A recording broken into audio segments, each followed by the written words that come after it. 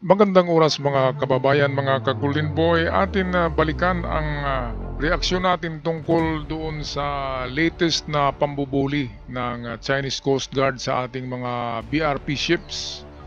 Yung nangyayari pala nung kamakalawa ay hindi pala yun doon sa Baho de Masinloc. Yun pala ay sa Tito Island, which is yun na yung Pag-asa Island na occupied na natin, na meron tayong headquarters ng PCG. Kaya napakalapit na. Hindi lang malapit, talagang pasok na sa ating kalupaan. Pag-asa Island na eh. Yan na yung meron tayong diyan, PCG headquarters, at meron tayong flagpole, at meron tayong mga community, mga nakatirang mga Pilipino. Kaya yung nangyari pala nung kamakalawa, kung saan yung ating mga BRP, 6 na BRP ships yun, na nagkaripasan ng takbo at isa yung binumbero, ay dito pala yung nangyayari talaga sa Pag-asa Island. Kaya nakakalungkot, sabi dito ng isang defense analyst na si Dr. Renato Castro, ay dapat pagtuunan ng pansin talaga ng gobyerno ang pag-develop or pag-improve ng ating Philippine Navy at Philippine Coast Guard. Kaya ito ang video courtesy sa atin ng ating kaibigan na si John Reps. John Reps, kudos kay John Reps. Napakagandang video ito kasi makikita natin na pumalag na daw ang Philippine Coast Guard, sabi ni John Reps, ay hindi na makatiis daw ang Philippine Coast Guard, parang sasabog na rin sa galit. Okay? Pakinggan nga natin dito sa balitang ito. Courtesy ni John Reps, atin panoorin. Pinalaga ng Philippine Coast Guard ang inilabas na pahayag ng China matapos nitong sabihin na pinalayas umano nila ang mga barko ng Pilipinas, pero ayon sa Philippine Coast Guard ay hindi sila naitaboy at naroroon pa rin ang kanilang mga barko. Sinabi naman ng Armed Forces of the Philippines na baka masasagad na ang pasensya ng Pilipinas kung itutuloy ng China ang plano nitong magtayo ng istruktura sa Baho de Masinloc, kung saan nadiskubre ng Philippine Coast Guard ang tila mga pundasyon sa bahura. Alamin ang buong detalye mamaya. Samantala, sinabi naman ng isang defense expert na dapat na umanong palakasin ng Pilipinas ang puwersa nito sa West Philippine Sea. Okay, so yung defense analyst expert, yun si Renato Castros. Magaling sa yun, sa pag-analyze ng depensa. Kaya nga lang, anong pambili natin ng pangdepensa, kinukurakot eh. Diba, nasasayang yung pera natin. Sa panahon na ito, na kailangan talaga ng pera para pambili ng, makasabay tayo ng mga gagamitan sa gyera, ay dapat maghinay-hinay muna ang mga buhaya at mga magnanakaw. Huwag mo nang magnakaw kasi ligtas muna natin ng Pilipinas. Dipinsahan muna natin ng Pilipinas. Bili muna tayo ng kung anong meron. Ang ibang bansa ay dapat meron tayo. Lalo na sa mga barko. Dapat meron tayong mga malalaking barko na pandigma, diba? Para matakot naman tong China. Ngayon dito, balikan natin tong sinabi ni Tariela na hindi daw sila umurong. O, balikan tayo dito, hindi umurong ha. Ito, pakinggan natin muli. Philippine Coast Guard ang inilabas na pahayag ng China matapos nitong sabihin na pinalayas umano nila ang mga barko ng Pilipinas, pero ayon sa Philippine Coast Guard ay hindi sila naitaboy at naroroon pa rin ang kanilang mga barko. Okay, so yun sa akala nila hindi sila naitaboy. Pero sa balita ng China ay naitaboy sila. Lahat nagkaripasan papunta sa pinaka-mainland na talaga ng Pilipinas. So, ito na ang mga pahayag sa mga social media, no? Sa China, sinabi nila naitaboy, binumbero, pero nakita naman natin binumbero, binangga. So naitaboy, klarong-klaro 'yon, naitaboy 'yon. Kaya nga kung hindi ka tatakbo, mapupuno ng tubig dagat yung barko, di ba? Kaya sa tingin ko, tumakbo talaga ang BRP natin. Yung binumbero ng China at binangga pa. Kaya no excuses to, no excuses. Kung naitaboy kayo diyan, mga Philippine Coast Guard natin, dahil ang sabi ng karamihan, duwag kayo. Kung kayo ay naitaboy, aminin nyo na naitaboy kayo. Kung hindi kayo tumakbo, punong-puno ng dagat yung barko nyo, di ba? Kasi binumbero kayo. Ay anong magawa nyo? Di takbo at sumilong doon sa sa May Pag-asa Island, which is talagang teritoryo na natin yon, na sakop na ng mainland. Kaya sa ganitong mga ay wag na tayong magsasabi na hindi kami tumakbo. Klarong-klarong tumakbo eh. Sabi nga 3 barko pero yung 6 na barko, pero yung 5 ay kumakaripas, di ba? Isa lang yung naiwan, yun ang binumbero ng Chinese Coast Guard. Kaya yung sa sinabi na hindi tumakbo, hindi ako sasang-ayon, tumakbo eh. Klarong-klaro naman. Okay, so ito na yung sinabi ng expert na dapat ang ating gobyerno ay hinahinay muna sa pagnanakaw yung mga magnanakaw. Maliban kay PBBM pero talagang nasisira ang pangalan ni PBBM dahil dito. Kaya kailangan umaksyon si PBBM, ipakulong lahat ng buhaya para malinis yung kanyang pangalan at hindi siya maisama sa mga akusahan na naglustay sa pera ng bayan. Ilang senador lang naman yan at congressman, hindi naman lahat.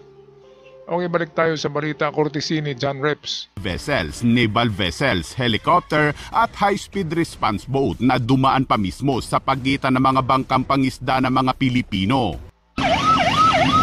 Sabit! Teka dyan!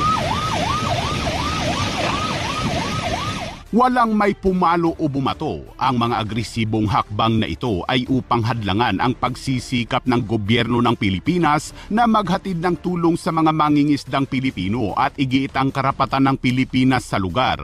May mga dokumentadong pagkakataon ng mga sasakyang pangdagat ng China Coast Guard ay nag-activate ng mga water cannon bilang banta at takutin ng mga mangingisdang Pilipino. Gayunpaman, hindi napigilan o napaalis na mga barko ng China ang BRP Melchora Aquino at BRP Cabra kasama ang 5 pang patrol boat ng Bureau of Fisheries and Aquatic Resources.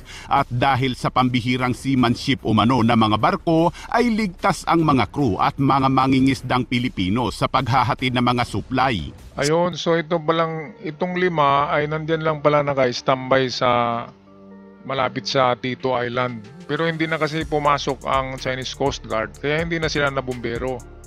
Hindi na pumasok sa Pag-asa Island ang Chinese Coast Guard.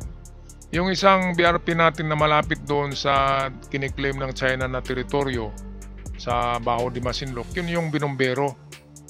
Kaya mali pa rin ang pahayag ng ating Coast Guard, di ba?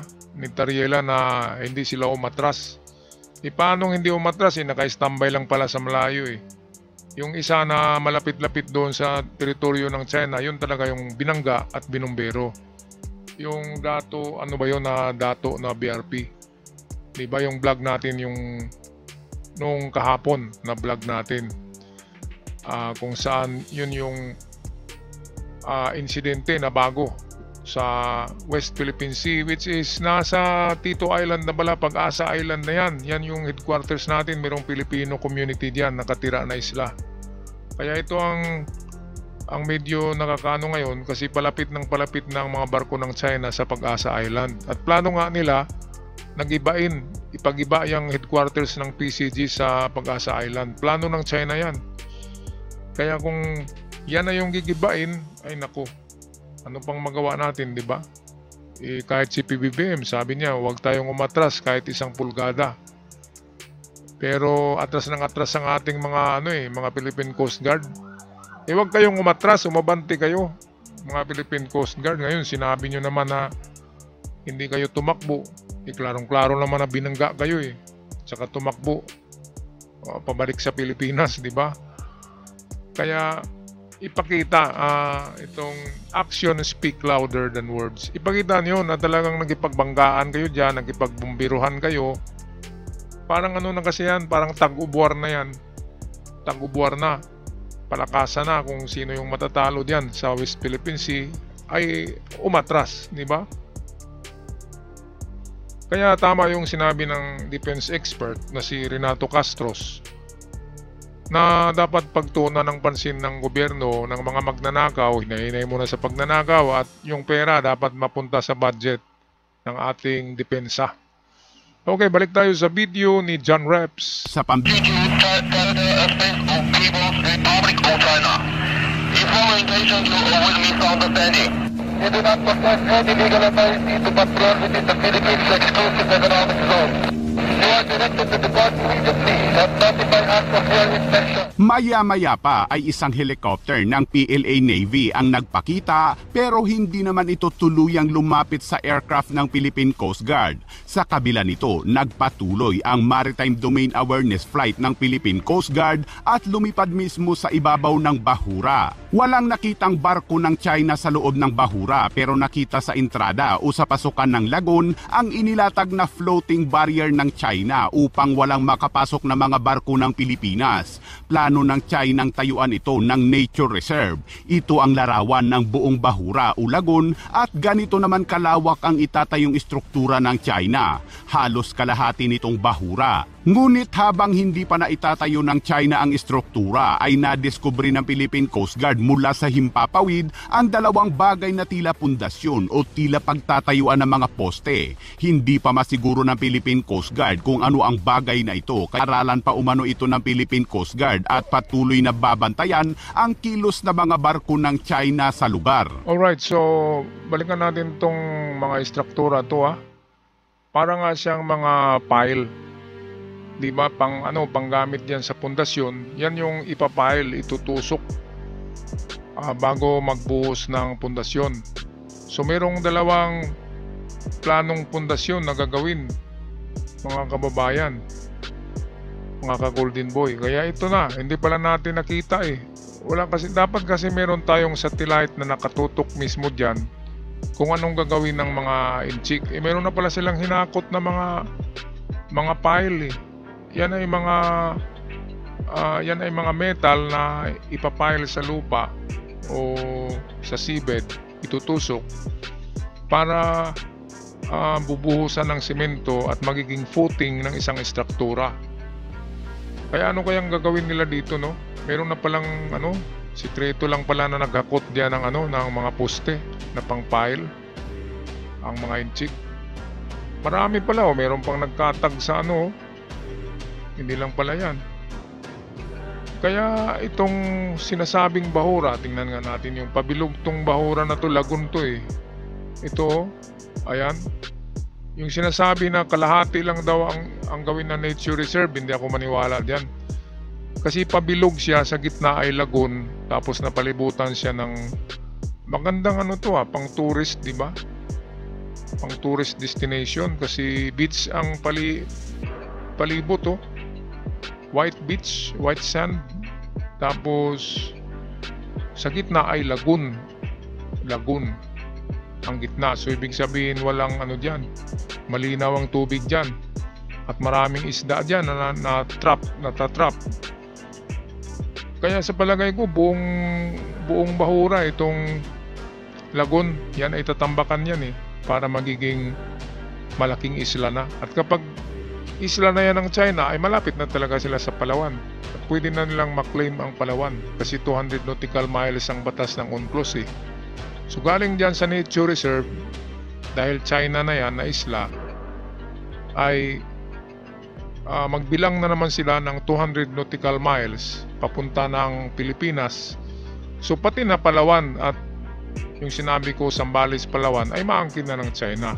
Kapag na-develop nila tong nature reserve nila at angkinin nila na sa kanila yan, gagamitin nila ang batas ng UNCLOS na 200 nautical miles galing sa lupa ng China, sa teritoryo ng China, ay pwede silang mag-extend ng economic zone, exclusive economic zone. So kung 200 meters galing dyan sa nature reserve, ay maangkin na nila ang Pag-asa Island, pati ng parte ng Palawan. Kaya ito na yung mahirap. Kaya kailangan pigilan talaga ang paggawa nila diyan ng nature reserve at pagdevelop ng isla, kasi kapag sa kanila na yan ay lagot na tayo lahat, mga Pilipino. So ito, pakinggan natin si Renato Castro, ang defense analyst ng Pilipinas. Maganda kasi itong sinabi niya. Ito. Yung harassment na nangyari, hindi nangyari sa Baho de Masinloc o sa yung Shoal. nangyari mismo sa malapit sa Quito or Pag-asa Island. Ayan. Na ating Nandun yung talaga yung presensya natin sa Spratlys.